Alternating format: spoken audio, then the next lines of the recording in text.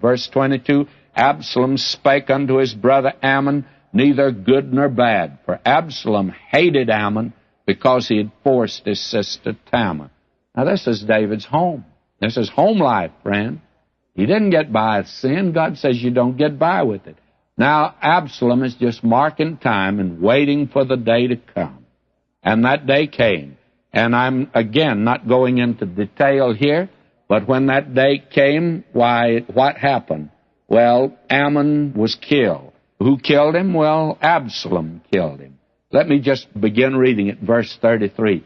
Now, therefore, let not my lord the king take the thing to his heart, to think that all the king's sons are dead, for Ammon only is dead. But Absalom fled, and the young man that kept the watch lifted up his eyes and looked, and behold, there came much people by the way of the hillside behind him.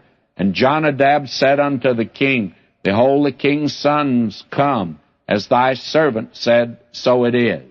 You see, Absalom plotted actually against this boy, and he killed him. And now he has to flee.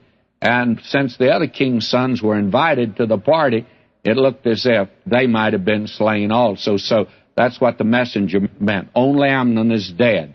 And it came to pass, as soon as he made an end of speaking, that behold, the king's sons came and lifted up their voice and wept, and the king also, and all of his servants wept very sore. But now notice, but Absalom fled and went to Talmai, the son of Ammihud, king of Geshur. And why did he go to king of Geshur?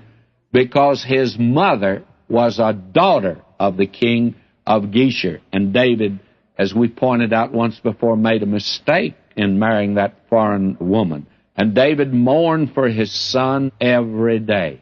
Now, David loved this boy Amnon also. Now he's slain. And in one sense, it is David's fault. He should have dealt with this sin in a definite way. Absalom waited to see. David would not move. And so Absalom bided his time. Now we read, So Absalom fled and went to Geshur and was there 3 years. And the soul of King David longed to go forth unto Absalom, for he was comforted concerning Amnon, seeing he was dead. Nothing he can do about Amnon, but he wanted to bring Absalom back. And let me say here that Absalom was the favorite son of David. He is the son of Maacah, daughter of King of Geshur, a woman whom David married during his lapse of faith when he withdrew from the land. And he had of her 2 very attractive and beautiful children. One was Absalom, and the other was Tamar. Now, apparently David did not discipline this wild boy, the son of a pagan and a Bedouin. And so this boy, though, seems to have been justified in one way, since David would not take the matter in his own hand. And Absalom, after he had fled and spent time in the country, David wanted to bring him back, but he didn't.